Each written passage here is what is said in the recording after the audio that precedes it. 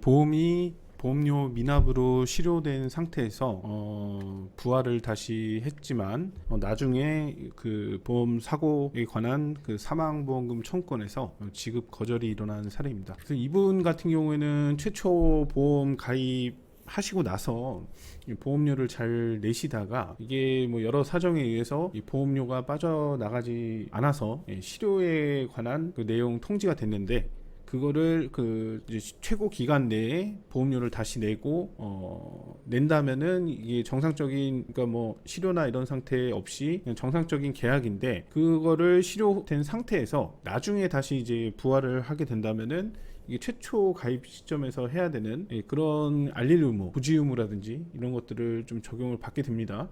이분 같은 경우에는 실효가 된 상태에서 한 50일 정도 뒤에 부활 청약을 했고, 부활 청약을 할 때는 아무것도 알리지 않고 그렇게 다시 부활을 한 겁니다.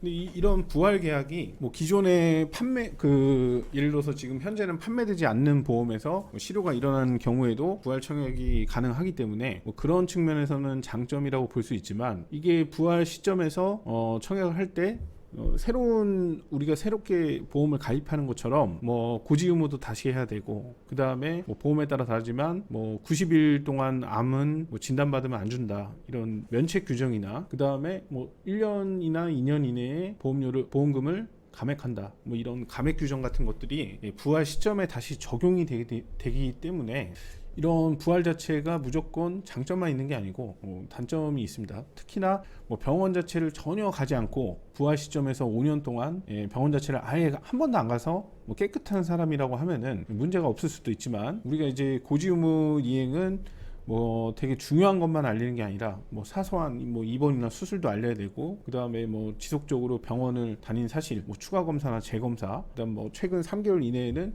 뭐 병의 진단 확정이라든지 치료, 뭐 투약, 이런 행위들을 알려야 되기 때문에 이게 사람에 따라서 부활할 때는 그런 것들이 걸리는 경우가 되게 많습니다. 그리고 실제로 저의 경우에도 이 보험사에 있을 때 부활 청약 후에 청구권이 들어오는 거는 뭔가 부활할 사유가 있었기 때문에 부활이 된 것이다, 이렇게 생각을 했고, 실제로 그런 사건을 조사를 해보면은 되게 고지 의무 위반이라든지 이런 것들이 굉장히 많이 나옵니다. 그래서 뭐 보험회사에서도 부활 청약권에 대해서는 이유가 있을 것이다, 이렇게 생각하는 경향이 굉장히 강합니다. 이분 같은 경우에는 부활하고 나서 그 이후로도 시간이 굉장히 2년 반 정도가 흘렀고, 그 시점에서 보상 청구를 이제 한 거죠.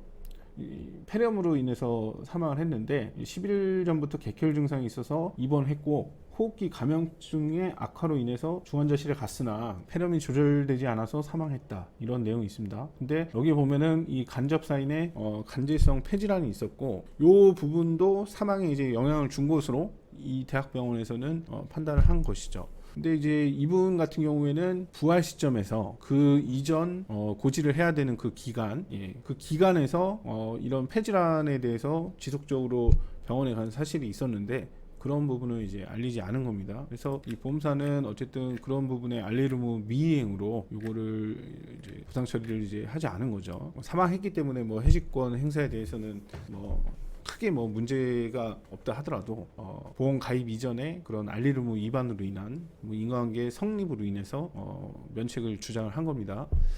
그래서 이게 이 부활이라는 거는 예를 들어서 이런 게 있습니다. 예를 들어서 보험이 여기서부터 여기까지 유지됐고, 그 다음에 여기 실효가 됐다가 요때 부활을 합니다. 그러면은 이 부활 시점에서 여기까지, 예를 들어서 5년이 여기까지다, 그러면은 요 부분을 알려야 되기 때문에 이 실제로 보험에 가입하고 있었던 기간에 내가 청구를 하지 않은 뭐 병력이나 이런 것들이 있어도 이 알려야 되는 상황이 발생할 수가 있습니다. 그러니까 이거는 부활 계약에서는 이 부활 시점에서 그 시점을 따져봐야 되기 때문에, 이 전에 뭐 내가 유지하고 있었던 기간이다, 뭐 이런 거는 쟁점이 되지 않죠. 근데 다만 뭐 이거를 청구를 해가지고 그 사항에 대해서 보험사가 뭐 알고 있는 사실 가지고 고지 위반으로 시비를 건다고 하면은 그런 문제는 해결할 수가 있지만, 뭐 청구하지 않은 사항까지는 보험사가 전부를 알 수가 없습니다. 뭐 개인 정보이기 때문에. 그래서 이 가입자한테 부활 시점에서도 신규 계약과 동일하게 이런 것들을 부여하고, 이 유지하고 있었던 기간이라 하더라도 이 부활은 부활 시점에서 따져봐야 되기 때문에 이 부분이 알릴 의무가 있는 상황이라면, 이 유지가 되고 있었던 기간에서도 알릴 의무가 보험료가 발생을 하게 되는 겁니다. 그래서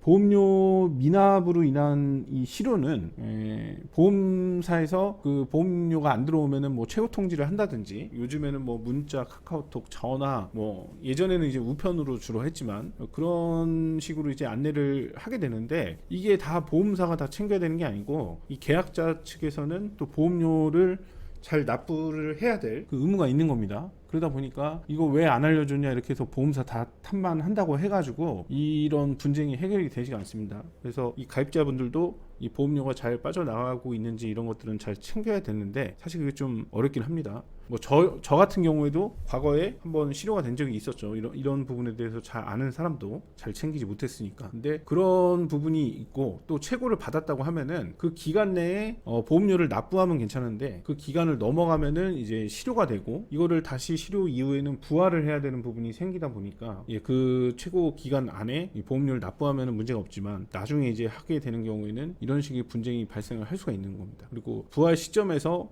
또 따지기 때문에, 부활 시점에서 2년 반이나 지나서 이렇게 사망한 상황이지만, 그 부활 시점에서 알릴 의무 미이행으로 이렇게 이제 문제가 발생을 한 겁니다. 그리고 또 주소지 관련해서도 뭐 우편이나 뭐 등기 뭐 이런 걸로 보내는 회사도 있기 때문에, 이 주소지가 뭐 변경되었을 경우에도 그것을 보험사에 통지를 해주지 않으면 그것에 대한 불이익도 이 가입자에게 돌아올 수가 있습니다. 그러니까 뭐 주소지나 이런 것들이 변경이 된다고 한다면은 그런 부분을 잘 업데이트를 하셔야 되고, 보험 자체를 내가 유지할 생각이라고 하면은 이런 미납으로 인한 실효 이런 거를 아예 안 만드는 게 이 분쟁을 예방하는 지름길입니다. 감사합니다.